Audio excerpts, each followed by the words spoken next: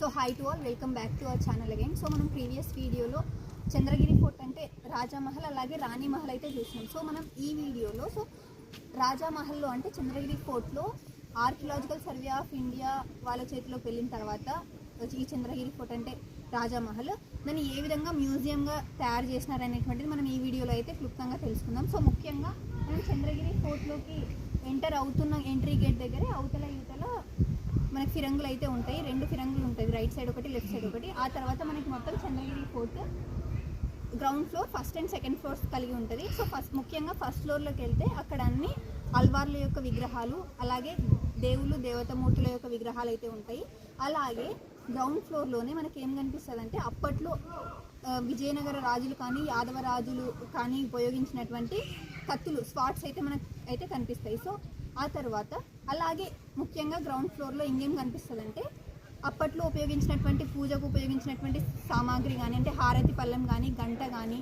So ఈ విధంగా అయితే మనం ఫస్ట్ ఫ్లోర్లో అయితే చూడొచ్చు. సో అంటే ఫస్ట్ ఫ్లోర్ అంటే గ్రౌండ్ ఫ్లోర్లో అయితే చూడొచ్చు. సో అలాగే ఫస్ట్ ఫ్లోర్లో ఏం చూడొచ్చు, చంద్రగిరి ఫోర్ట్లో ఫస్ట్ ఫ్లోర్లో ఏం చూడొచ్చు అంటే ముఖ్యంగా 12 మంది అల్వార్ల యొక్క స్కల్ప్చర్స్ అయితే చూడొచ్చు. ఆ తర్వాత వచ్చేసి గుడిమల్లంలో ఉన్న పరశురామేశ్వర ఆలయంలో ఉన్నటువంటి శివుడి విగ్రహం ఇక్కడ రెప్లికా అయితే ఉంది.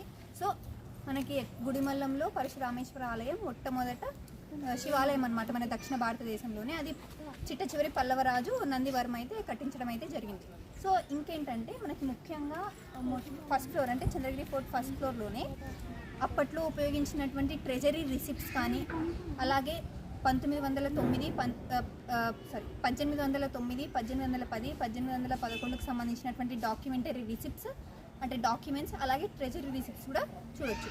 సో ఆ తర్వాత లాస్ట్ ఫ్లోర్ అంటే సెకండ్ ఫ్లోర్లో ఏం చూడొచ్చు అంటే లార్డ్ శివ పార్వతీ విగ్రహాలు చూడొచ్చు అంటే గ్రానైట్తో సంబంధించినవి. సో ఆ తర్వాత లార్డ్ రామ అండ్ పార్వతీదేవి, శివుడు, సీతాదేవి, సో రాముడికి సంబంధించిన స్కల్ప్చర్స్ అన్నీ కూడా మనం సెకండ్ ఫ్లోర్లో అయితే చూడొచ్చు. సో ఇంకేంటంటే అప్పట్లో ఉపయోగించినటువంటి గొలుసులు కూడా చూడొచ్చు. అది 16-17 శతాబ్దాలకు సంబంధించినవి, మొత్తం ఐరన్తో తయారు చేసినవి. సో ముఖ్యంగా మనం దీంట్లో ఉన్నటువంటి శిల్పాలు అయితే శాండ్ స్టోన్, గ్రానైట్ అయితే తయారు చేసి ఉంటుంది. మనకి గొలుసులు అయితే ఐరన్తో తయారు చేసి అయితే ఉంటుంది. So please do subscribe for our channel for more videos. So ఇదంతా ఎందుకు చేస్తున్నా అంటే లోపలికి ఫోన్ అలో లేదు, సో అందువలన చూసి నేను ఇక్కడ చెప్తున్నా. So thank you.